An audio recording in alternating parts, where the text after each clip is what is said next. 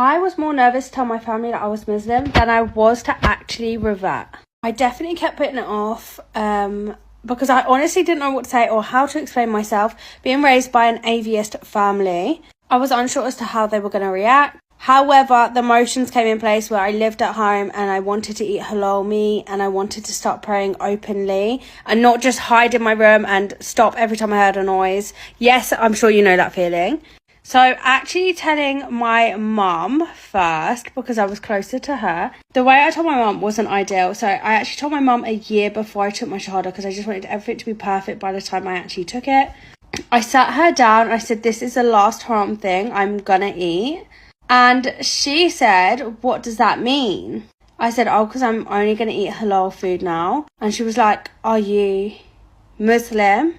And I said, yes. I wasn't technically at that point. I hadn't taken my shahada, but I feel like I'd already accepted it for what it was. It definitely wasn't perfect. It's not ideal. It's still not ideal years later. They still fully haven't come around to the idea. I also, before this, I had left books around that I knew my mum had seen about Islam. So I wanted to slowly put it in there and let her have guesses so it wasn't out of the blue, complete shock horror, panic. So I definitely recommend slowly doing it, slowly introduce practices.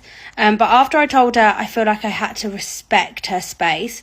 I definitely didn't go out wearing hijab. I didn't pray in front of her. I didn't read the Quran or play it in front of her. So it was all very slow.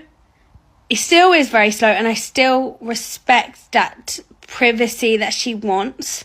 And yeah, that's sort of how I introduced it. I, alhamdulillah, have it better than most. They did accept it, and there are often times where it's been sort of disrespected. However,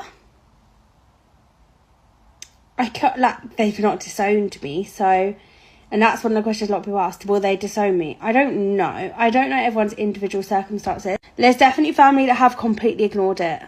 100% completely ignored it and brushed past it for their own sort of comfortability.